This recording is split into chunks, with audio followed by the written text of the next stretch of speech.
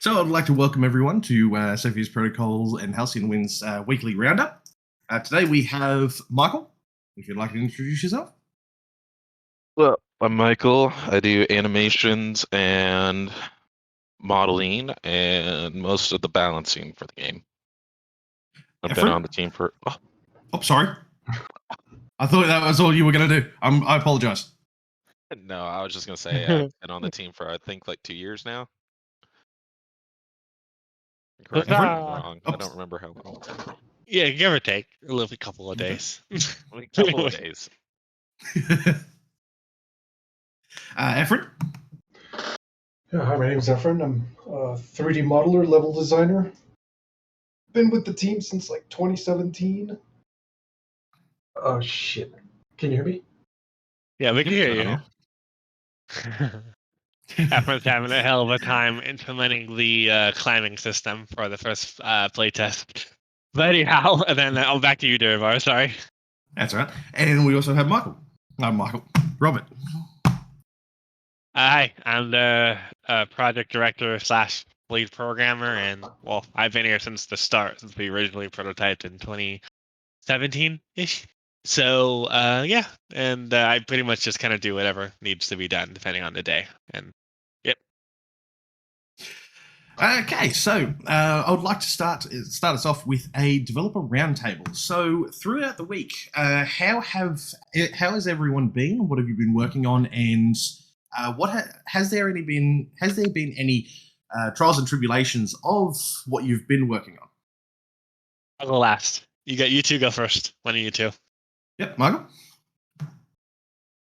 So when it comes to animations or modeling, what have you been working on so far? And has there been any issues or troubles with that? Issues. So let's start with the modeling side of things. I've been working on implementing some of the finalized for optimization. We've been kind of packing everything into RMAs, so that would be the roughness, metallic, and ambient occlusion maps all into one map, so there's not a bunch of textures being loaded. So kind of going through that and retexturing all the weapons to make it less expensive is kind of what I'm doing there. There's still a few weapons, like for instance, the M249 I kind of did yesterday. So next would be the M240 Bravo. And then after that would be just finishing up kind of the future weapons in that regards, because most of the optimization's done weapon-wise. Then switching over to the animation state of things. In terms of like complications with the modeling, I guess kind of making sure like what we're adding to the game kind of fits not only the universe, but also kind of fits the appetites of the consumers as well. So like all of you guys, kind of what you guys are feeling that you kind of want, kind of making sure that we're all on the same page. And then that kind of couples into the balancing side of things. And the balancing is ongoing. There's always a day where something's getting nerfed or something's getting tweaked. Shotguns are today. Me and Robert were playing World War Z last night, and I was just like, man, these shotguns are satisfying. So that's kind of something I'm looking into. But in terms of animations, for today, we're kind of working on the spitter logic for them faulting. So that's kind of what I'm doing right now, is getting the falling animation, a faulting animation, and kind of fixing how those all kind of play. That's what we were kind of working on before we all hopped in here. But throughout the week, I would have to say the biggest I'd say like the biggest complication would probably be the optimization side of the ANM blueprint. That's like an ongoing thing. Like we just learned something today with the state. So yeah. Okay. Thank you very much for that, Michael. There, yeah. Thank you very much. And Efren, would you like to add anything to that? I know your level design. So, how has your week been? Has there been any troubles in designing any levels or modeling? With the climbing and whatnot. Well, yeah, it's been pretty busy. I mean, last couple of weeks I've focused on revamping the location volumes for captured areas in the game. We've gotten a lot of like complaints about how some patches of land are unconstructable or undevelopable. Bleh. You can't really develop anything on those spots. And rather than going with the approach that we had before, where we have a volume covering pretty much the entire area, as well as above the surface. Like we had these huge volumes kind of covering the area, and which was also allowing it was allowing players to build on buildings or objects, which we weren't going for. We kind of wanted to restrict base building to the ground floor.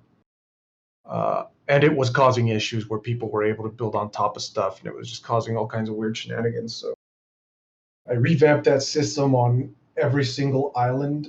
I also just finished it this week for San Francisco, so that should be ready to mess around with soon. Once the spawn system is placed in, pretty much everything else, like the borders and volumes, have been constructed and put in. Just getting the spawn system finalized.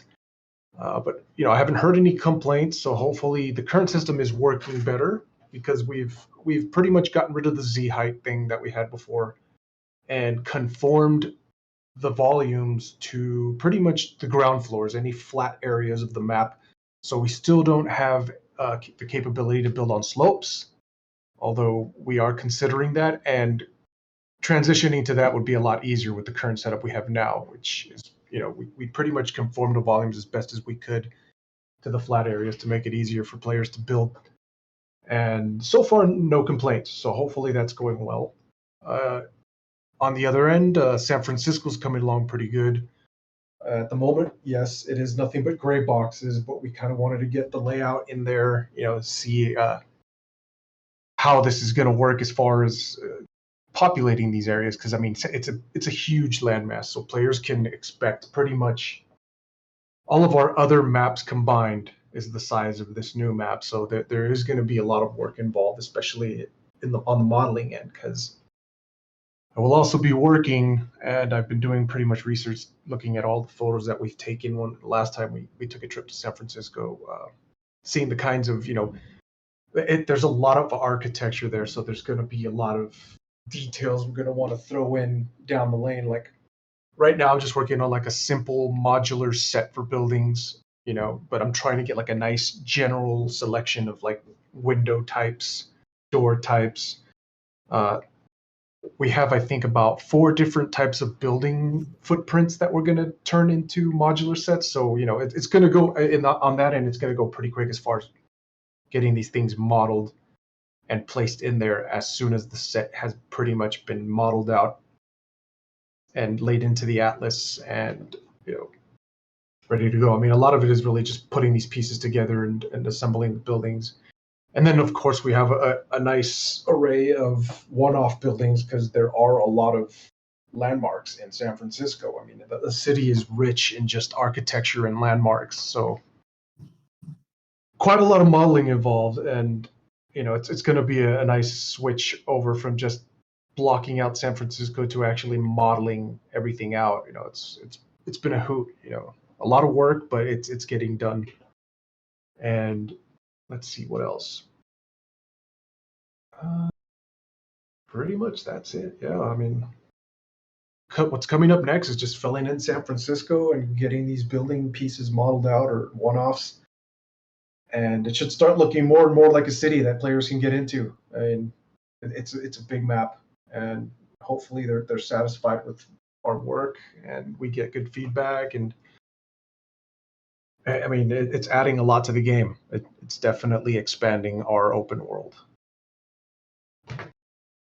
I guess that's that's always what we want to achieve. And of course, yes, recently started messing around with the ability for spitters to climb buildings. So starting to put those proxies in there, see how they're going to work, see which level we're going to squeeze them into, because at the moment we're not sure if they'll work best in the master, in the nav blocker level, or in the actual grids themselves. So hopefully that works out. We did hit some snags as far as like some of the architecture. If there's lips or ledges, it does kind of cause the climbing spitters to bug out. So a lot of that will be limited to flat building sides. They're flatter, not as detailed, and they have all these weird overhangs going on. But yeah, the more we refine this, the better it's going to look, and I really think the game is really starting to transform. Yeah, I can definitely see that in all the work you've been doing. Robert, what about you? How's your week been going, and what have you been working on? And if there's been any troubles and Oh, okay. tribulations, really. All right. So I'll just kind of start from most recent stuff. Is that the spitters, getting in there and basically just kind of reworking them so that they have more, the traverse level. They're more closer to the idea we originally envisioned for them as the aliens, the alien sequel, those aliens, the velociraptors kind of deal, where they can jump on top of objects, they can jump over them, and based on this, making their AI understand, like what Efren was saying, hey, I should probably go to this rooftop and then jump onto that rooftop. So it's about basically trying to program and get that fundamental of like, oh, this is a vault, that's a climb, this is a leap, kind of like, oh, if I jump from this roof to that roof, I can get to that point that had that really complicated, like, design. So I'm kind of looking at it in terms of interesting ways of just kind of like giving the spitters the ability to really traverse and get around, and then in turn that will trickle down to the other infected classes, because then the Juggernaut, the next step is the Juggernaut and the standard infected will gain the ability to climb in slower fashions or sometimes faster fashions, similar to like the game Rampage, like, for example, for like the Juggernaut, where he'll be able to get up there. But it's all just kind of baby steps of building up to that. Working with Michael for the animations, like I went in, did my first lap pass of just getting the programming and the blockout code in there, then working with the animator to refine it, get the timings right, make it look nice, retweak the animation blueprint so that everything flows, the transitions, and having to correct things if they don't work out initially, of like how Michael thought, meeting somewhere in the middle. Earlier in the week, that's kind of going into last week. I went in and I redid the blow up guy, made him to where he's not just he was just kind of an upgraded infected at this point, upgraded standard infected. So I actually gave him some teeth. So he'll run up to people and just explode. When he's killed, he's explode. Took some reference off of Boomer from Left 4 Dead, some of the suicidal units they have in World War Z, or even just the GLA, those little suicide vest guys they had in Command and Conquer 0 Hour. So basically just kind of like, again, making them to where like if you target them, you could get critical mass in terms of like you can hit two next to each other and then it'll start a ripple effect where one will hit the next, hit the next, hit the next, hit the next. And then it'll cause secondary kills through the standard infected, through spitters. So theoretically, if you're playing it strategically and you're just kind of looking for these guys, you'll be able to chain kills, sometimes in the amount of dozens of standard infected. So there's that plus. And then we also were tweaking with their threat. So then that way we could when CERC units see a blow up guy over a standard infected over the spitter, they will prioritize them first. So they'll have a priority scene list and they'll say, oh, wait, this guy has a higher threat. If he gets close to us, he's going to kill everyone. Let me shoot him first, unless there's someone super, super close to me that will allow them to supersede that threat marker. So it's kind of like a layered system of basically like, are they in my circle? If they're not in my circle, then basically I'm gonna target them. If they're standard infected or other infected that are in my circle, I'll kill them first, then switch to the blow up guy. And it'll take some finessing here and there to get that to the right point, but it's getting there. Besides that, it was just some general crashes.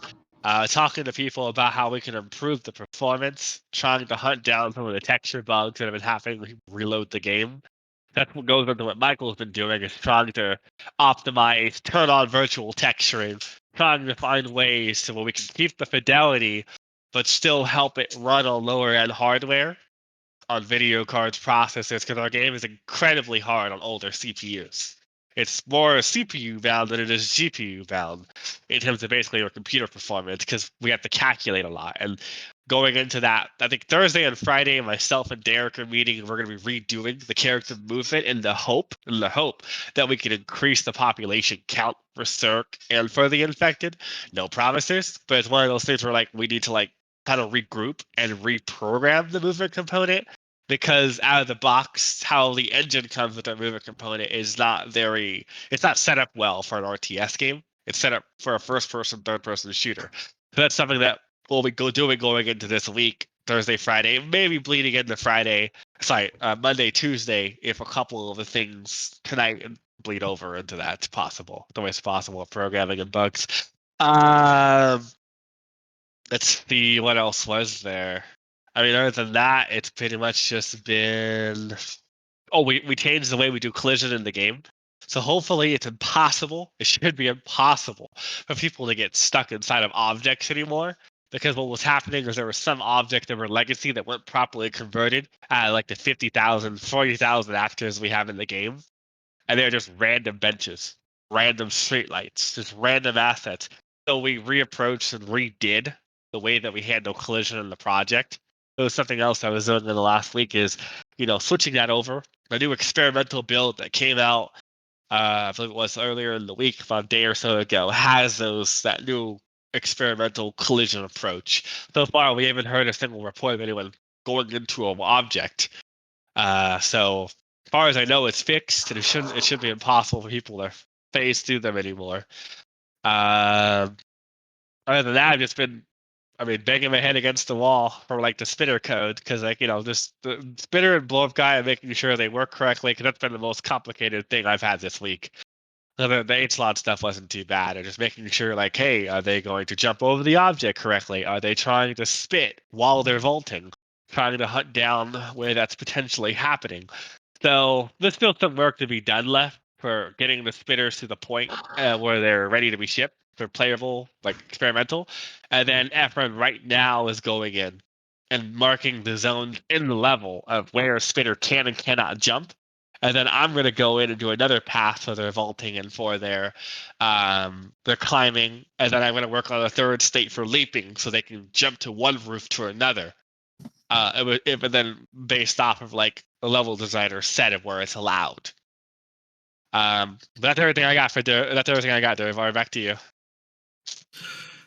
All right, thank you very much. Next, we'll be moving on to just some generalized questions about some of the new announcements, and starting off with focusing on the exploders. I saw a small GIF there in the announcements that when they explode, they leave this sort of gunk on the ground. Is that gunk going to have any ramifications, like negative effects such as increased infestation, kind of act as a pheromone for infected to home in on, anything like that? The only infected that has the ability to attract them right now is the Juggernaut when he does his gorilla chest beat. That is a good idea. I'm actually going to write that down, because I think that's similar to the Boomer Bile, where when they explode, it attracts the infected. So that could be kind of interesting. I'm going to write that down for testing. But as it stands right now, that's purely cosmetic of just, they just explode, blood and guts goes everywhere, and the body just has like a new charred, like a part of him is missing now, basically. But that's as far as it goes at this moment. All right, so it's just going to have some delicious-looking red liquid on the ground.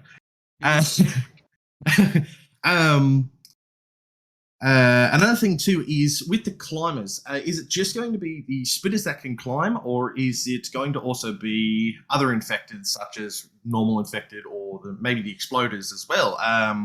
Just anything to really give the player a challenge when they try to use the rooftops.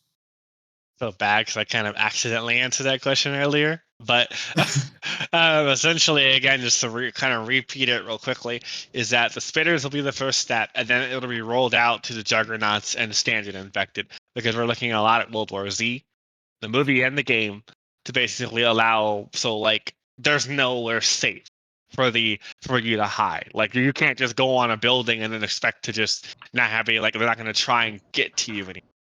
So that's been the biggest thing along the performance, along the pathfinding, along all the other content we've shipped, is making sure that there's no OP positions that you get to and then it's over.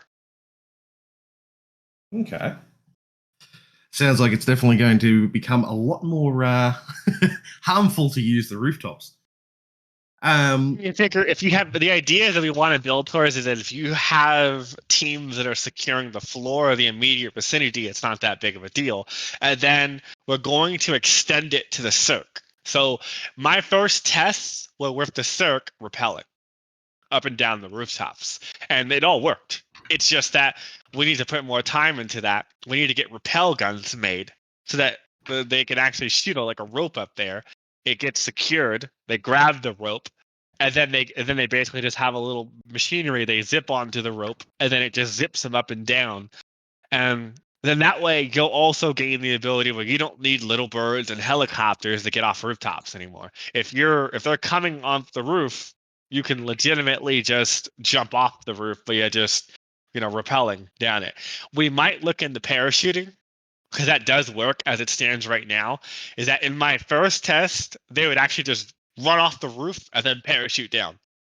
So they're very battlefield-ish. But we don't know if we want to keep that or if we're going to just go the whole route of just having a zip line or a rope. They just throw down the building and then they zip line down it. So that's why we're gonna take it in stages. A spitter, then the standard infected, and the juggernaut, and then we'll get to the CERC probably around the same time as the juggernaut and the standard infected, and make it to where they have more ways of getting up and down. And then we're still pushing for entry points of being able to go through doors to get to rooftops as well. So that way it'll be you'll want to secure key points in certain buildings, because if they don't have maybe some units don't have the ability to climb, then they still have to go through that door and then get simulated to come out the roof to come say hello to your units, whether it be factions, for instance. So that way there's an imperative, if you just establish a power position on a building, you still want to have people on the lower extremities of the front door, key locations that they could climb up. So now you can kind of fortify the buildings and fortify the exterior of the buildings. And with this change, likely will lessen the restriction on not being able to build on top of buildings. Because I know some people have said they want to build barracks and mortars and helipads on top of the buildings. But the biggest reason we haven't allowed that up to this date was because the infected couldn't get up there. But when they gain the ability to get up there and get up there reliably, then we can re-look. Oh, wait, this rooftop would be perfect to build helipads on. It's perfect to build turrets to overlook this long street. And then it opens up more gameplay opportunities for the player and lessens our restrictions that we're imposing on people on how they play the game. That's all I got. That's all right. It certainly sounds like there is definitely going to be more tactical options for the player to use in the game. Following on with the general atmosphere of the areas that the infection is really hitting the most, such as the initial starting area and the spread, I've noticed that when you go into areas there's this mist and everything, what's the general feel that's meant to go on with those areas? What's the general aesthetic that it's supposed to have, and especially with the effect? Should we see the effect on civilians that these gas towers are actually letting out, such as civilians choking on the gas and horribly mutating into spitters or infected or bloaters or things like that as they breathe it in? So when it comes down to the gas towers, the civilian, our goal is for 1.2 to finish the civilian so they're done. So we're gonna focus on every aspect in terms of how do they react to gunfire. Getting more of them in the world, finishing up the evacuation aspect of how they, you can actually evacuate everyone in a zone if you want to play that way to deplete Chelsea's resources. And then that will cover their interactions with gas towers, because right now they turn if they enter a zone, but they're not aware of the zone, if that makes any sense. So they'll enter a zone and die and get infected because they don't know better right now. So slowly but surely we'll get to that point where they'll know, oh, I shouldn't go here. This is a conflict zone. And the idea is we want to tie into mass entity for that, in terms of basically simulating people across the entire map, of hundreds to thousands, depending on how well the engine supports and handles that going into the adoption of that system. That's a new system in Unreal Engine 5. Beyond that, for gas towers, it was pretty much your question was mostly limited to the civilian aspect, right? Yes. Yeah, so I mean that's pretty much all it comes to right now. And I mean, I guess we haven't really talked about it in terms of having them the ability to have gas masks that can come in and out of contamination zones. I'm sure it's going to come up when we get to 1.2. Because again, the whole point, the entirety of that patch is get the civilians to completely done, stand alone. They generate their own dynamic sub factions. They'll love you, they'll hate you, they'll be indifferent about you. But the idea is that we generate one or clusters of them in each zone that you can take over in like the 8, 6, 20, the 24 zones that we have right now. So theoretically, you'll have 24 factions that could potentially pop up while you're playing, and you can ignore them, or you could kill them all, or it's completely up to you what you want to do, or you could work with them. So that's the idea we're building towards. And again, like, well, I'll have more details and more information to kind of discuss that when we have a roll up for either the first or the second week going into 1.2. Yeah, that's reasonable. That's reasonable. Also, I forgot to mention, I do apologize. Anyone here that has questions you'd like to ask to the developers later on in the show, please put your questions in podcast questions. That would be fantastic. Moving on from that, the towers, the new defensive towers. I've noticed that like defensive tower structures in. So what's gone into, say, the implications of that? The functionality, and especially for you, Michael, the modeling behind that, where the inspiration come from? That would be for Dimitri. I didn't come up with the concept. Dimitri did that guard tower. So basically, when it came down to it, I just gave him some concept of what we were looking for. We just kind of discussed it back and forth for what role it needed to fill. There's still one tower. Well, technically, there's 2 towers that are missing.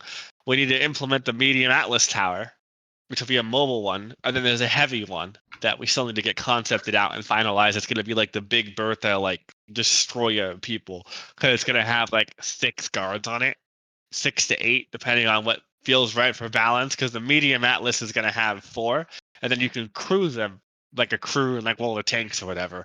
Well, you can switch out the individual weapons of everyone based off of their position to maximize however you place it in the world. But I mean, that's just a general idea, is that we're going to be scaling it up as we go. So the idea is those 3 towers, and then based off of feedback, we'll figure out if we need to go more. I don't think we're going to need to, and we're going to need to focus more on the turret aspect. So it's the light one, which is the 1 guy. It's the medium, which is attached to the Atlas, is 4. And then it's going to be the heavy, which is going to be probably about 6-ish, maybe more, depending on the final concept. And again, you'll be there's static positions of the troops, and if they die by faction warfare or bullets, then you'll have to replenish that unit and then buy them a weapon. Then then just start out with the generic Scar or whatever gun we decide spits that tower for its starting weapon. But that's all that's planned for the towers right now. Okay, that's fair enough. Robert, you and I talked a little bit through the week about a vehicle, a certain vehicle replacing the scout car. Is that all right to talk about, or is that? Yeah, you can talk about that one. Okay. So you shared some concept images with me, referencing this new vehicle and how it's going to be modular. When it comes to that, what's the modules that it's going to come with, and what's its primary functionality in the game? Okay, so it's going to be replacing the scout car. It's going to be replacing the Paragyne, I believe is the name that we gave it internally, and it's the scout car that's built off of the CERC 10. A lot of people really didn't resonate with that vehicle, and they don't build them. We've never seen anyone use them, and I don't even use them. I don't think anyone on our development team uses them. So we've decided to move that vehicle to a doctrine call in the future, where we have like spec ops people that drop in with it, and it's like a quick call in thing, because we're going to revise the doctrines going down the road. But to get back to the Humvee is going to be a customizable platform, like it is in real life, where essentially you can do a medic version that buffs your medics. You can do a like transport version. You can do the Crow's like little machine gun version. I'm probably gonna technically say the wrong weapon name. And then there's gonna be the weaponry system. And then there's gonna be the grenade launcher version. And the idea that we might do a MO, like a very basic MO supply drop one that basically like replenishes your units. But the idea is we want to make that Humvee a very light version of like a JLTV that essentially is like the all-around like troop, like it's essential in combat. We want to get it to where basically like people are constantly bringing them in to support their infantry advances. The JLTV, there's a chance we'll probably remove that and give it over to the police because the police in real life have their own JLTV, and we don't want to have two vehicles that are too similar to each other. We're still debating that internally, but ultimately the Humvee is going to come in and kind of be like your light armored vehicle. The JLTV could be replaced with the Bradley because I know that we've talked back and forth about bringing in a Bradley. And then that way we can give the JLTV to the police. They have their vehicle for medium armor, the lights, the police car, and then that way everyone's happy. I know a lot of people have talked about the striker. We've talked about it like last week about like how could we get it in there in a manageable amount of time. But that's currently the plan right now for the Humvee. I don't know if you have any other follow-up questions to that. Not that I can really think of right now. So we also talked about another concept that you and I discussed with concerning the infected. Mm-hmm. Want to talk about that one as well? Yeah, so that was not going to be a unit like we discussed. We kind of pivoted after talking to some people on DMs and talking to them on the community Discord. Is that they don't want another type of enemy of that caliber to deal with. So we think that ultimately it's going to be a like the worm will just it'll just dig a sinkhole somewhere in a level. Units will be able to transport themselves from point A to point B, kind of like a GLA tunnel. Is the idea from Command and Conquer 0 Hour, where the worm builds a start point, builds an end point, and then that allows them to get across when you blow up all the bridges. When you're on another island and you've been sitting there, turtling for hours, and they can't reach you, they can't win. There's no way for them to win. And the way to balance that is we're going to be adding it in so that you can detect the tunnels and the worms via the TAC sensor. And then on top of that, we'll be adding a new weapon to the Black Hawk. That's just basically like a sensor module that will allow you to detect the worm and the tunnels and be able to fire some kind of a custom bunker buster type missile that will allow you to target either or. So then that way you can know they're coming way in advance, but you have to kind of pay attention to your surroundings, pay attention to what's going on, because before you know it, they might just tunnel up into one of your islands and you've just been secluded for the last 2 hours, and even you felt like Superman because nobody can get to you there. So that's the general idea behind it, and like the whole this kind of ropes into the whole spitters climbing and all that is making sure that they can adapt to you over time and giving the players the tools to basically counter them is it's going to be you're going to learn the hard way most likely, and then you'll basically for your failures succeed in terms of like, oh, I should have had this helicopter, oh, I should have had this TAC sensor, so then that way I can just kind of counter them when they get to that point, if people still because curling's still a valid way of playing. And we don't want to punish those people, but at the same time, we want to give them some challenge of like, it's only, because if you're just on Angel Island and you're launching your attacks to San Francisco North or to Treasure Island, there's no threat to you. You can't lose anymore. So there needs to be some kind of way of them to bring the fight to you.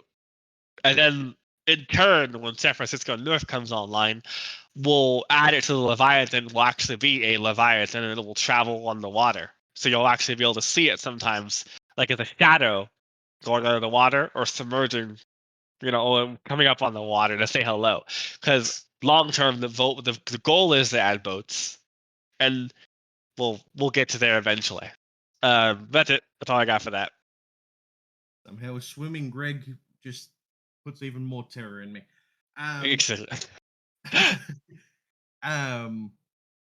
So, also concerning the burrower, Michael, do you have any inclusions in that in animation wise? No, not as it stands right now.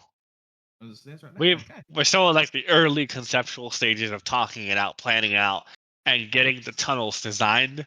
And then once that's done, then we'll bring in Michael to do the animations, give his feedback on what should change. So the tunneling mechanic is still kind of like more about what we're talking about. We're discussing it, and then we're trying to find the development time to actually put it in the game. And like, the best time is when right before San Francisco North goes live, because then that way you'll actually we have a challenge if you somehow manage to blow up all the bridges in the game. Well, yeah, that tunnel is we're all about to be punished. The feels. The feels. So, finally wrapping this up, and before moving on to the Q&A, I'd like to talk about the UI change, with the new unit cards being down the right side of the screen and the general cleanup of the. When it comes to the unit cards and the general cleanup, what are you hoping to achieve ultimately for the UI to actually work? Clarity, like people understand what they the minimal amount of information to play the game. It's not overwhelming them, because we were overwhelming people with the initial UI, because a lot of people were like, overwhelmed by the ability to drag the bars, have to manage the UI, but also fight the infected. So the idea was like simplifying it, giving the clarity of like, hey, look, this is the most important information for your units. And if you need to know more information, just go to them in the physical world.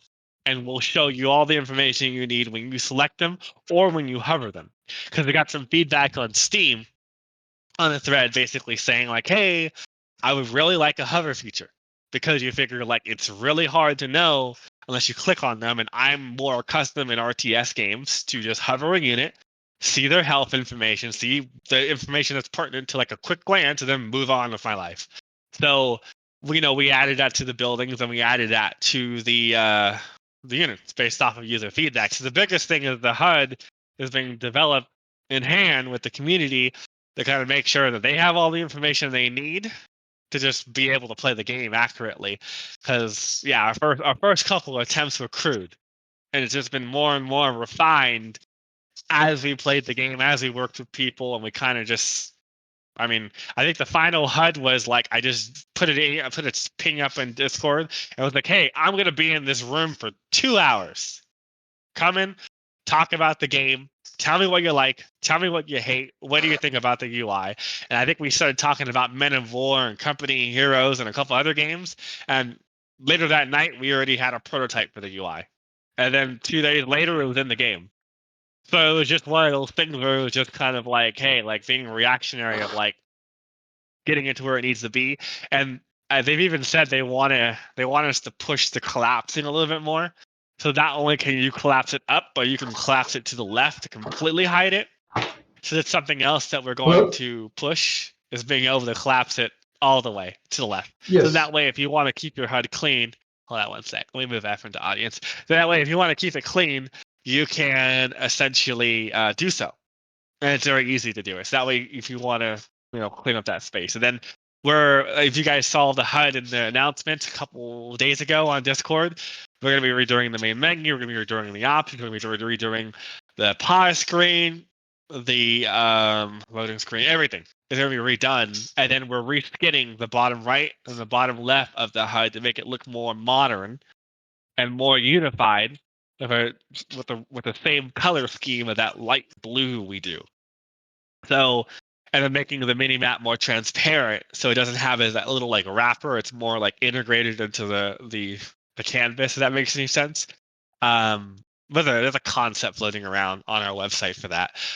But that's generally the idea of the UI. It's kind of like a living, breathing monster, and we're hoping with these next round of changes for the main menu, for the options, and for the reskinning I talked about, that will be to a point where people are content for the time. Well, should be content, I would hope. And then at that point, we'll focus more of our efforts across the board of just kind of getting caught up on the year 2 roadmap as well. But yeah, that's it for UI. Well, thank you very much. Moving on to questions from the community now. From Powerful Buckshot here, they've got, are you going to nerf mortars? Because currently mortars are quite overpowered due to the fact that mortars do not Talked about that actually have a range. Sorry? You got this, Michael. yesterday. As it That comes stands, up every week. the mortars. The proper way would one be limiting the amount of range and then adding more spread per se of how it works. The mortar code, honestly, I couldn't tell you the last time it's been touched, but that probably needs to kind of be looked at and rewrote in a sense on top of being, limited in range. I wouldn't say nerf just because the damage I feel is right. It just needs to be more randomized and not as precise as it stands because It's too damn accurate. yeah, It's like it it it's is too just damn accurate. amazing. Like, so it's the accuracy that needs to come down a little bit. Then it needs to be MO. It needs to be kind of. We think that the approach to the it. whole thing has to be completely changed. Yeah. Like what I was saying is like I think I talked to you, Buckshot. Was it in the stream or? Yeah, I think it might have been in the stream yesterday. We were talking a little bit about that. And yeah, the ammo, how much the cost and all that. The whole thing has to be looked at in terms, but we don't necessarily have a test map for mortars yet to really go ham on the nerfing of that. But don't worry, it's coming. Yeah, it's coming. We have a whole list, and right now we're just trying to just kind of go through it. We jump around sometimes based off of need. Early game thing, so it's been weapons and how the interaction with the infected, because mortars aren't exactly an early game problem. The mid to late game ish. Yeah. Depending on if you're using cheap money. If you're using cheap money, then it's early game. Because like the biggest thing is like, again, what Michael was saying is I want to look in the Red Dragon and how they do their MO, where you have to have logistics lines, where you have to bring MO supply trucks to them. Like it's like, well, maybe I shouldn't use that comparison to Russia with their artillery, but the idea is that you have to actually have a supply line. You actually have to pre-plan in terms of like, if you're going to go all in for artillery, it's going to be expensive, and you're going to have to be able to capitalize on it, the whole shock and awe of your artillery, and then you're rushing people to take the land. So that's the general idea we're going to go with in terms of like, the MO, the spread that you're going to have to like have maybe a little bit more to kind of compensate. And then the MO is going to be incredibly expensive, and, it's going to kind of like, and then that's another thing we're looking at is looking at the cost, or rather, I guess you could say mid to late game money, because there's a drop off where literally money becomes nothing. I think it's about a couple hours in, depending on how you're playing. If you're not cheating, then you basically like you just have millions of dollars. I've seen people with like crazy amounts by day 5. So that's something else we're going to look into, is figuring out the money thing, so that when we do add an MO for the mortars, it's an actual problem for people. Where like if they're just going to go all in with mortars, it's not going to be feasible from a logistics to like money, side of things. But that'll be something me and Derek and Michael and Dimitri and everyone just kind of laser focus, just 1 week, everyone together, because it's such a big mechanic and it's so many moving parts in terms of making sure everything makes sense. So like you look at a mortar, it's empty. Because right now it's just the shooting animation, so there's gonna have to be new animations involved. We're gonna have to basically like make sure there's visual feedback and that kind of stuff. So yeah. All right, back to you, Devar. Sorry. Sorry, I've lost where I was. Can we get drive and reverse order like in Company Heroes 2 and 3? Okay, so when it comes to that kind of goes into that post I made today on Discord about the Formation 2.0, is that we're setting up the foundation so we can do those things very easily. So our goal is to finalize it tonight. There might be an experimental patch after I finish this AMA, because I need to go put it up, play test it, have some other cats play test it, and then if it's good, put it out in experimental. And then that will have like quite a bit of a new pathing system, new formation system, but there's still a little bit more needed to get it to that point. And then I do agree we do need to have a like reverse feature, because it's really goddamn annoying when they don't do that and they turn all the way around and get themselves killed. It's just about I'm trying to figure out when the best time to put that in. where it falls in prioritization, because you figure as it stands right now, our design goals are as followed: is to basically get the well, I think that the local population has gone over well. I But the would local say is with population, the units. Sorry, I was yeah. just gonna actually throw this at you when you do touch that. Is that when you do have your units in combat and you do click them to go backwards? I don't know. It was kind of what I was telling you about the rotation thing where we were playing with the laser thing. I don't think they're Focus. actually facing the right way to walk backwards because the I blinches, know. I've never seen them walk backwards. We gotta tweak it. We gotta tweak the set focus logic. I know. That's what I'm saying. There's gonna be stuff on its own that we have to focus on to kind of just improve, because like we're trying to right now as it stands, we're trying to get the local populations done, which we believe is done based off we haven't gotten any negative feedback towards that in the last week since it's been released. And then it's about getting the new early game in, doing the formations and the helicopter tweak so they don't fly into each other.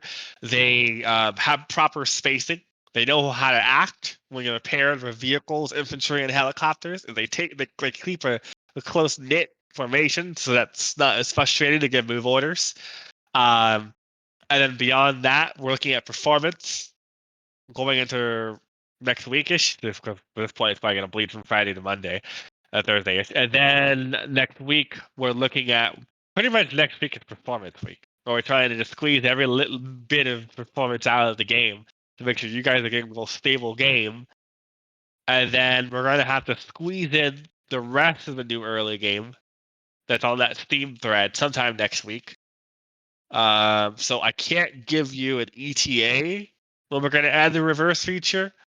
I just know it's on our list. It's just not as high of a priority as the other systems yet. We'll get to it eventually. Back to you, Jeremiah. Yeah. And sorry. Another question from Powerful Buckshot here is: you just talked about adding boats in the future due to the Leviathan on the sea. Does that mean we will eventually receive a shipyard built? We think, again, this is all just speculative, is back in the day we were concepting shipyards out for all the factions. That got dropped based off of just scope and what we could actually do as an indie team. We might just fall back on the Starship Troopers approach, where you just call in a unit, or like I think Company Heroes does it too, where you don't actually have a building. A better example is Conflict of Arms, I think it is, where you order a unit, it comes off on the sea, and then you have the unit. So we might do something like that, but it's so early out that I can't tell you what we're going to do based off of just how things feel, what we can actually pull off, getting it so that the structure makes sense of where you would physically build it in the world.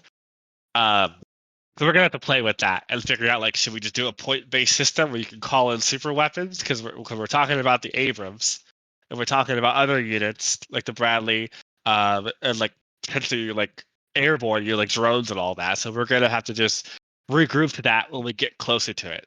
But there's a lot of ideas floating around in terms of how we're gonna implement that. Okay. Back to you, Jeremiah. Yep. A question here from LT Beck. Is there going to be emplacements that the other AI can build, like civies and police, or being able to garrison units? Garrison inside of structures is something we're not going to be able to do technically for a time being. I'm not going to say forever, but just right now we don't have the resources to build out the interiors and set up so they know how to shoot outside every single building in the game. Ultimately, for a time being, what we're going to do is have it to where the civilians in 1.2 will dynamically generate camps based off of where they are physically in the world. They'll populate those camps, they'll live their lives, they'll send people out to gather resources simulated. They'll starve to death simulated. So you can come across and there's more environmental storytelling. I'm trying to think what else I would do to that. I mean, did I answer your question, or do I need to go more into it? I think that covers it pretty good. I also just noticed we have about nearly 5 minutes to go. Any voice questions? Yeah, you guys can raise your hands. Yeah. I don't know if anyone wants to talk on voice. I don't know. We got one. We got one taker. Okay, I guess this is. Is he the only one asking questions? Hello. Not the only one, but there's a few. Yeah. Hello. What's Okay. Okay, so my question is related to the Juggernaut. Is he going to be buffed to be more like a tank, considering his size and everything? Like, Oh, Michael got this one. 10 Delta Force units can literally kill a Juggernaut in no time. So, I sense the nerf. Uh, as it stands with the Juggernaut, we do kind of want to reapproach his design because I think he's just kind of goofy. When he runs around, I'm sorry, but the whole like Knuckles thing, I keep thinking of like the Kool-Aid Man with some of his actions, but his whole design is going to be tweaked to where he definitely should be more tanky, but at the same time, as it stands, is like he does so much damage. When he does actually get to land, it can kind of be devastating. So finding a perfect min and max with the balance is a hard thing, but also being able to have, like, for instance, if we add like a Bradley or let me think, Abrams. the Abrams, like combating them should be more of like using heavy weaponry, not, firearms. That needs to kind of be the design approach when it comes to the Juggernaut, because you shouldn't be shredding him with just, small arms fire. 5.56, 7.62, Yeah, like it small shouldn't one. be, For him, at least. a cake. It shouldn't be a cakewalk like that. But as it stands, their resistance types allows that because there's just not enough heavy firearms that you can really actively use. Besides the SMAW, there is a SMAW, but besides that, there's not really enough. Well, there's the grenade launcher and the javelin, but it's still like we haven't really pushed that level of balance yet, where like the Juggernaut is just, oh look, puny M4, they can't kill me with that, that kind of deal. Where there's more of like the company heroes approach to balance, or it's like Yeah, if there's you're just not enough shooting a content to suffice it. Is really yeah. what it comes Well, down to. it's also just the tutorial, I think, too, is that we need to teach players that so that they'll, because like it's that too. So it's like that user feedback. So I think that's another reason why we haven't pushed it, because I know that's something that I've talked to them about in the past, is that I want to get to the point where like there's immunity sort of like standard infected, when they hit the striker, they don't do anything. They're just annoying it. have you thought on like adding a system where the Juggernaut gets a reduced small arms damage or something? Like he gets well, a certain, for sorry. example, you have an assault unit with the M4 with an X amount of damage, and the damage that the Juggernaut takes is reduced by like 10 or 15%, while having its HP buffed by 30, maybe 40, and being hella slow, something like that. When it comes to like how they perceive damage, we do have resistance types that kind of do cover how much they take from certain types of weaponry. When it comes to like the negative effects, so like if they're like getting pelted with rounds, it slows them down. That's not implemented, but there is a setup of how much damage they take or resist. Hey, Michael. Hmm? I have an idea. We should put this out No. on experimental tonight. No. we should test it. We should test it. We should try what he's suggesting and make it to where the M4 and the scars and all that do nothing, and you have to have a javelin, a grenade launcher, a small, or the tanks. How about make the 105 that the Cerberus has do more damage to the Juggernaut, so we can make it so the vehicles are more important to get against? Yeah, that's what I'm saying. That's entirely impossible. As it stands right now, we'd have to add a different damage type, because I think the 105 is tied to explosive. And if we separated based off type of explosive, not just that, it would probably make that balance more apparent. Because as it stands right now, it's just a flat like damage resistance from like just explosions in general. And then you have light caliber, mid caliber, heavy, anti with armor piercing, fire. Then we have small explosion, big blah blah blah. We have like those type of damage resistance. But if we went more in depth with it, we could do things like that. Like I have a whole wish list sheet of having every different kind of caliber, like 5.62 or 39, for instance, like the FSS type of rounds and stuff like that. Like I have a whole wish list of all the projectiles I want to add as damage types. Well, they're going to the faction, they all aren't have they? in there. Well, Well, the factions have all those exotic weapons. but we also would need it for like if we go like hardcore in depth with the amount of weaponry that I was talking I know, about. yeah, There's just be yeah. so many projectile types. But anyways, yeah. Well, I'll humor it. I'll humor it if you really want to do that tonight. Just Sure. do it. Let's make Sure. him cry. When the Juggernauts come do out, it. it needs to bring the pain. I kind of agree with him. If we should make it like the Tank Company Heroes, where if you're shooting enemies That's with the like, case. I'm sorry. I'm getting rid of that fucking monkey run he does. I do can't it, fucking stand that. I'm do it. sorry, We've but already it's just talked like about that like 10 I ain't got no times. legs, Lieutenant Dan. Like I fucking can't stand it. You Well, probably you probably yeah. know that the Cerberus is like with the 105 or the Cerberus with the 50 cal in general is only good at static defense, at least from my experience, because um, it really when he's on a static position, he's really good for defense. But I've never seen him perform so well on attack. Hmm. And using the 105 against the Juggernaut could be a good thing to make it so the Cerberus is better on offensive capabilities. Maybe I don't know.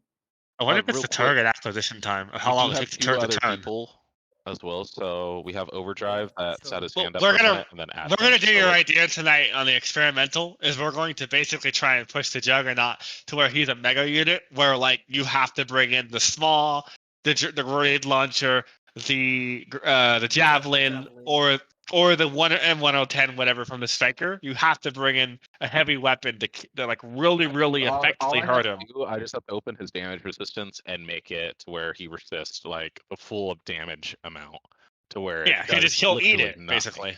Yeah, He'll we'll eat it try for it and see breakfast. how it feels, and see what people say as well. And then if it feels right, we'll finalize the balance and experimental over the next couple of days, and then we'll push it out to everyone else so they can feel the pain that you've given them. It's going to be amazing to deal with the Juggernauts. Oh yeah, I hear you. All right, so let's get to some other quick people before Let the me end times. invite Overdrive real quick. He said, "There we go." All right, surprise, surprise, there is no question. I wanted to congratulate you guys. I bought this game like probably 4 or 5 months ago, and every update I've just seen this game improve to something I never thought it would actually get to. And I just wanted to congratulate you guys. I'm really proud about this project. Thank you. Fields. The field. Also, Robert, I meant to Thank say, you. I think Efren wants to come back in. Oh, radio. Sorry, Efren, we can hear your background. Thank you for the kind words. Yep, Our team will hear go the ahead Twitch and do stream, so they'll. Yeah. Yeah, it's very much appreciated. Advent is the next one. Okay. Hello, can you hear me? Yeah, we can hear you. You have the floor. I wanted to ask, do you guys have any plans to like expand on how it works, like taking civilians? Because right now all it is you build a little building, you put the civilians in that for like $5 a person, and you put guns around it. I was Sucks. suggesting nukes, but Robert said no. No. Okay. So hold on. Let me break this down. All right. So our goal is for the civilian camps is, I mean, you can be honest if you feel like you want more, but the initial idea is we build a civilian hold. You get the three branches. You can farm DNA, you can euthanize them, or you can save them and farm money off of them. And then the fourth option, technically, we're adding is the helicopter, like And getting them off of the island. So the idea is we want to build it towards like you could kind of have like these camps where you slowly but sure then move them off of the island. So then that way, like we can, when we get to 1.2, we're gonna add it so you can add an automation basically, and the automation will allow you to say, hey, keep funneling in the max amount that these Chinooks will hold, and deplete and empty a zone. So that way, if you want to play the whole, nice route, if you save some people, you keep them alive just long enough to get them off the island, you can. Because the idea is that the general holds will generate you money, and will kind of serve as like a temporary holding location until you send them off to the Chinook to basically get extracted. Because what we want to do is we want to make it to where if you keep extracting people and a couple of them are infected and they keep going to that carrier you own, eventually the military will scuttle that carrier, and then it'll close out that option, and then you have to go about the hard way. Basically, like you won't be able to save anyone anymore, and you'll have to basically like deal with the civilians rioting, getting mad at you, and whatnot. Because the idea is with the civilians right now is they're a ticking time bomb in terms of like, if you longer and longer you ignore them, the more frustrated they'll become with you, and they'll be more likely to attack you based off of their predisposition of the personality that we generate for them for each zone in the map. So like you'll have people that have guns, you'll have people that are neutral and they're hippies and they don't have any guns, and then you'll get the cannibals like raiders from like Fallout kind of deal. And based off of those three, they can have a disposition towards you, and then as you play, they'll become more aggressive and more they'll like you more based off of how you play. So we think that'll be enough. But I mean, what's your thoughts on that? I think that's pretty cool. I was just hoping there. That's exactly what I was hoping for. I was just because I always thought, man, this is kind of boring. You just put them in a little box and forget about them. Oh, it's absolutely boring because you figure yes, it's a secondary income from the zones and all that, but it's like it was only really meant that you protected them long enough to get them the hell out at that point. And then in some cases, people that learn the mechanics of the game, they'll know that if they don't have the ability to determine who's infected and who's not, then they'll be able to use those as temporary housing locations to quarantine them. And then if they're clean after 8 to 16 minutes, they can move them to a zone. So, because like right now, it takes them about 8 to 16 minutes for them to turn if they're infected. And then some of them can be carriers and not even know it. And then they'll spread it along camps.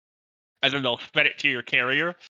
So that's the idea, is most people don't know those systems are there. So we need to give more information to people, and like the scanners, and then eventually we're gonna make it to where the scanners that require tech upgrades. Right now, we've just given it out to everyone for free, just so we have the time and the resources and really the money to get the concept of the UI done, put the time into like a whole DNA research tree, so you can unlock the hand scanners for the scientists properly. You can unlock the buildable towers that scan people like in bases, and then unlock other DNA-based research.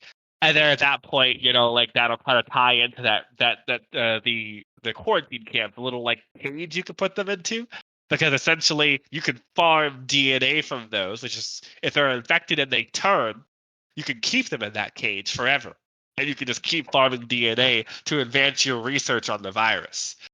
Kind of like XCOM is the idea that we're kind of getting it from. We might go into the aspect where you can build cages and capture them in the wild, whatever, to farm DNA if you don't want to capture civilians and wait for them to turn. But this is something we're going to play with internally, for the civilians at least. So that way you can kind of be an evil doctor if you want to, by just like, these guys are going to turn. I'm not going to bounce them out and shoot them. I'm just going to leave them in that cage and they'll farm DNA points for me. So that's kind of like one opportunity we're kind of giving the players to kind of play the game, whether nice or good. Well, evil and good. Did that answer your question? Yes, it did. Okay. All right, let's jump to the next one. Do we have a text question before we bring up Buckshot? Let me have a look. Lots of Gundams. God damn it. No Gundams. Come on, go Diaz. Safaku. Oh my god. Zombie wagon. Are they going to hang on? Are they going to be more infected like armored ones, normal infected, but in SWAT military? Mech infected. They are. Yes. God damn it. Yes, Max. We must. As it stands right now, there's only the third one's kind of like on hold for the campaign, but the other two that we're looking at doing are birds via Niagara type effect, like the Locust one in Gears of War 5. Magpies. And then what? No, the birds. And then the second one is that we're looking at some kind of chimera-based dog that can jump like straight on top of buildings, and it's basically like they'll travel in like bigger groups. So the idea is they're heavily armored and they have a spike tail. So the idea is they're counter against heavy armor, like the Abrams and like the Bradley when we add those views. Kind of like we're taking reference from the Tomorrow Land. I forget with Chris Pratt on Amazon, like that one movie where you like those little like Tomorrow War. Yeah, that one I think it's called. We're referencing those dogs type of enemies because I love those fucking designs. And basically having something like that that's like a dog that's been converted, basically some kind of an infected one that's like mutated larger and has like spikes or something. Like it's like a range based, but they'll run into your vehicles and smash them against walls because we're going to be pushing physics in the future. Okay, so what's order of operations and who's next, Jeremiah? Because we're running out of time. Yeah, we're running a bit late on time. We're running over time by 2 minutes. So I let's was about to say, just pick a couple more so we can run away. Because I gotta get the build ready for experimental. Do you want text or voice? It's up to you. Let's bring in. Well, Powerful Buckshot's been waiting here for a bit. So Ace Hunter's asking a question. Did we get him previously? Or Lord Commander's asking a question. The guy from Game of Thrones. Yeah, Lord Commander. So let's bring in Lord Commander. See what he's gonna say. See what they've got to say. Right, Lord, all you. Hey, how you guys doing?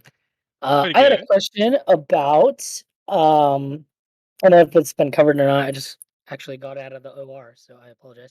I had a question about kind of factions and co-op, and I don't know if that's already been answered or not. Nope, but I hasn't been was just asked kinda- yet. I was just wondering, kind of, where are we at? Are we gonna be, is that even on the radar, of importance? Yeah, that's about it. Okay, so when you talk about factions, are you just talking about playable factions, or are you talking about just like Pierce and Nally, someone to fight against in the world? Just like the cops and the robbers. You know what I mean? Okay, yeah. And then The the other anarchists one, and Pierce's police group. yeah, and then the other one I actually completely random. Would there be any possibility, for units to be able to grapple down off of buildings? So if you drop. Oh, you off- missed that earlier. Oh, We're looking into that. We're adding it to the spinners right now. okay, very We're- cool. Yeah, because yeah, we are working on that. You can rope onto a building with a chopper, but it's you're kind of stuck. It's coming. Well, we're doing the spinners first, and It's then it'll definitely roll coming. out. Okay. Very cool. But all your other questions really quickly. So for the factions for Pierce and Natalie, that's going to be 1.3. The entirety of 1.3 is just completely get the factions done and like do Pierce first, then do Natalie. They'll have completely different play styles in terms of like Pierce will be more of like he'll pick a base, he'll hunker down, he'll vassalize those civilian groups I told you about. And the idea is that he'll ally and have an alliance with them. So an attack on one is an attack on all of them. And then he'll generally be the hero of the people. So he'll go out of his way to help civilians. And he's like the good guy. Like if you play a Fallout game, yes and no kind of, because there's always nuance to that. And then Natalie will be more of like, okay, there's a reason we hollowed out like 10 or 12 structures over the whole game. And there are 12 structures in the game that have hollowed out and have an interior that we're going to be filling in. And the idea that Natalie will operate out of those chop shops, those gun stores, those different locations that are the only ones that have interiors. And they'll be in disguise because sometimes civilians will populate those locations. And the idea is you have to kind of find her.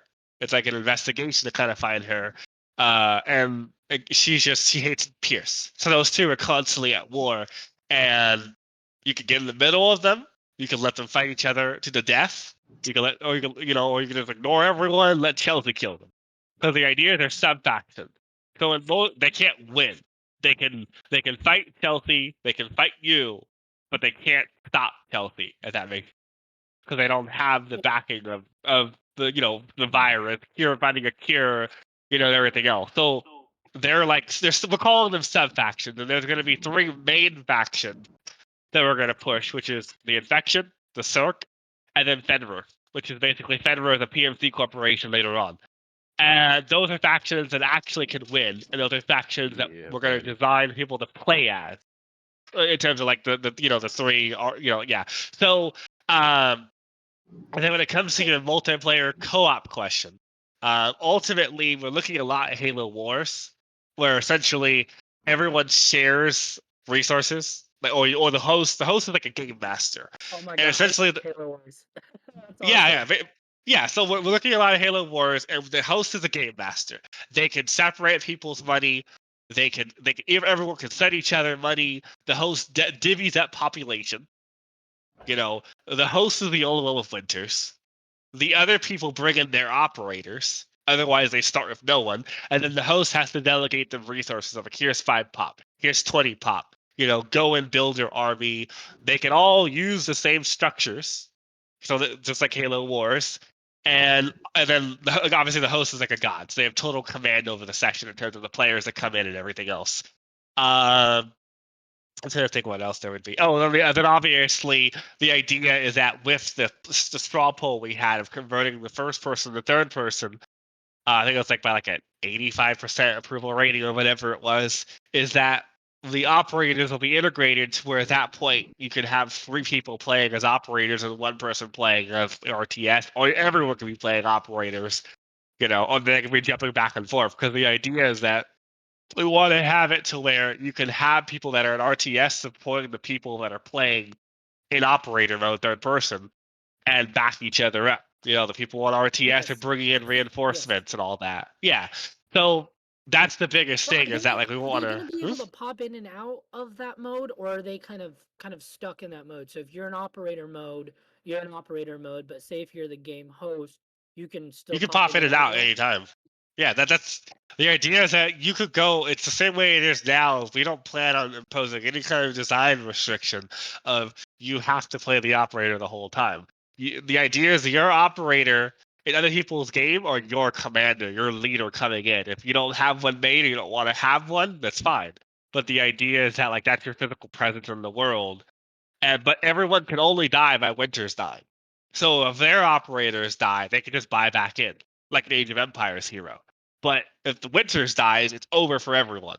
And then the host has to reload or save, and they all have to try again. But that's generally the idea we're going for. And I mean, when it comes to time frame, our goal is to get everything else we're talking about solidified and done, so we can take a hiatus of 2 to 3 months, get the body, get the online functional at the exact same time, so they go hand in hand and they work together. Like, say, Gary's mod, or like Insurgency, where it's a seamless experience in terms of the multiplayer and the modding experience, co-op rather. I saw that you guys also added the aircraft carrier. I almost had tears in my eyes because I was looking at experimental, and it literally reminded me of this Command and Conquer mission in General 0 Hour, where you literally get one. And I just thought that was absolutely amazing. I love the carrier. I love 0 Hour, because when Michael was down and we were doing the mocap, we were playing LAN parties on that. Like a couple months ago. We installed the Origin version of 0 Hour. We were playing that in the same room. That's a great game. So good times, yelling times. So I mean, you figure. I think that's pretty much that. Yeah, I pretty much sums up all your questions. Yeah, that's it. Thank you so much. Okay, Derivar, do we have time for any other questions, or? Well, it's currently 18 minutes past 10, so that's really up to you on how far you. Michael, you'll be the judge of this one. How much longer do you want to go? How many more hands do we have raised? Let's see. Is there anyone we haven't covered? Let's do Ace Hunter, and let's wrap it up after Ace Hunter. Ace Hunter, you have the floor. All right, I'll be quick. 3 rapid-fire questions. 1, why can't I nuke civilians? 2, are we going to see more artillery systems like MLRS? And if so, are they going to have unique ammunition types and stuff like that to make them worth building over the mortar? 3, off-map fire support and shit like that, like from World in Conflict. Will there be more options, or is the bomb and run there? Okay, number 1 is the nuke is going to be an endgame scenario where Winters dies. Eventually, we want to add that to when they nuke the island, because they assume that, like, players have lost control. So the nuke was always going to be like, you lost. That was like why it takes so long to end the game when Winters dies, is eventually we're going to add in that nuke thing. Kind of like when Hitman, when you die, it has that slow-mo, so you can take in that moment of, fuck, I lost. And then the second question for the artillery, I guess both are kind of artillery, is that we plan on having it to where we're going to add a mobile version like the if I don't remember the technical name of it, Like but a paladin? I think it's a paladin. I don't remember. It was the one with like the it was god damn. It was like a box one where it turns up at an angle and then it fires missiles like 8 or 12 on the. I don't remember the name of it. The Time MLRS. hours. Yeah, that one was something like that. I don't know. We're still talking internally, but the idea is that we do want to add a rocket car per se, to basically get more mobility. For the ammo type question, we're generally keeping that. I mean, on the back end, there are ammo types configured, but for when we do supply, we just do like, okay, this gun takes up this much ammo whenever they're buying a supply point. So that way they impose more cost when you bring down ammo boxes over an LMG versus a rifle, because the LMG just hogs up bullets left and right.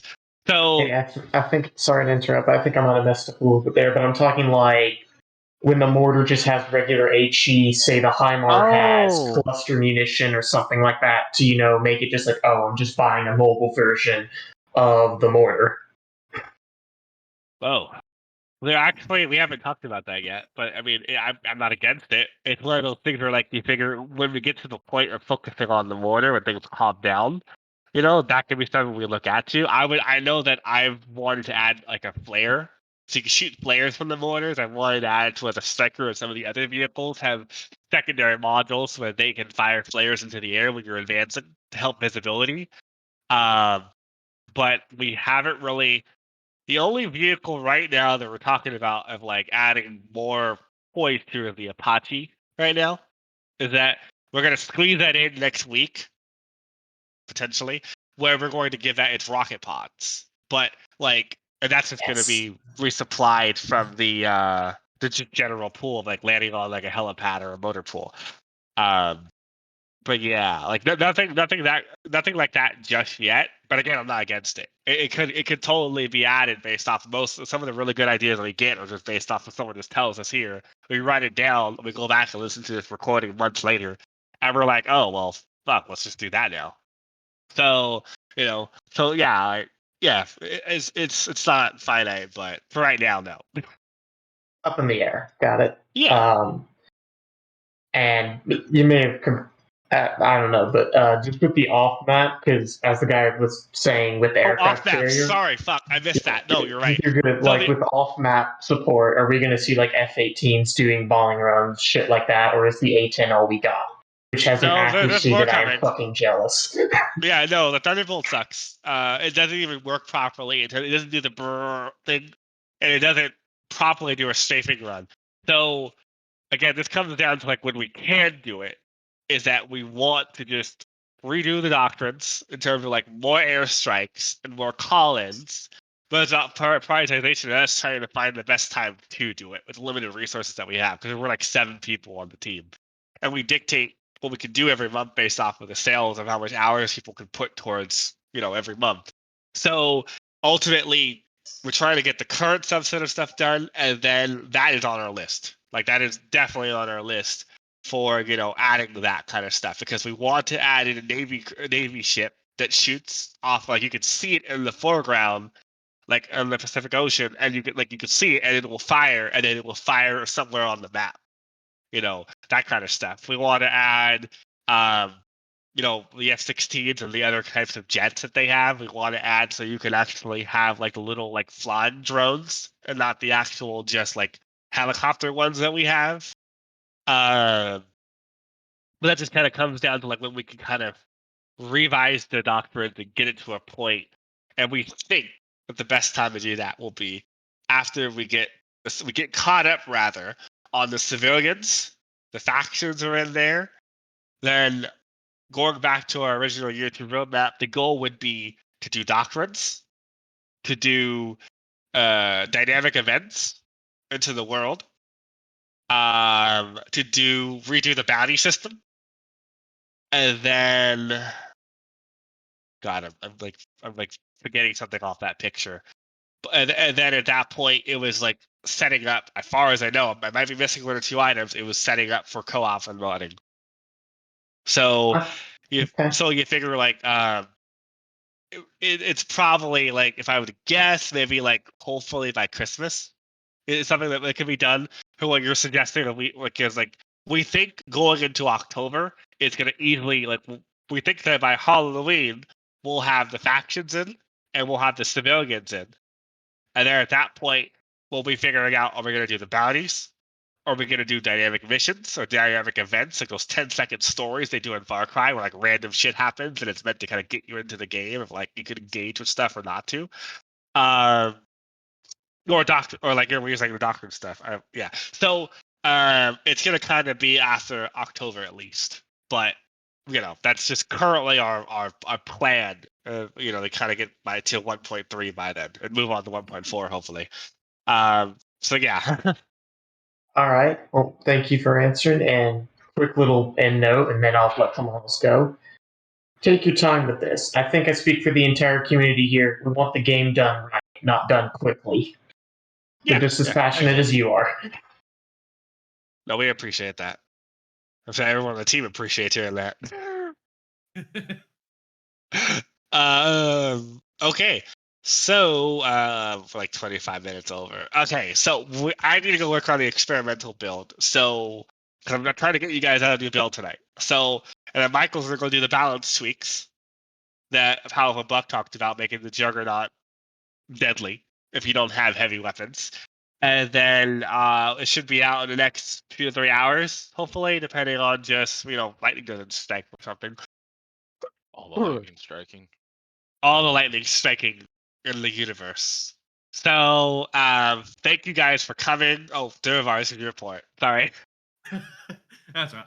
I wish to thank everyone for coming along and all your wonderful questions, and everyone here for coming and speaking speaking your questions, I should say. And if anyone here has questions that we didn't get around to, we will try and get around to them again next time. And yeah, thank you very much for coming along. Thank you, Michael, Efren, and Robert, for being here and talking about everything. Yay! All right. I think that's all we got. Yeah. Thank you very much, and we'll see you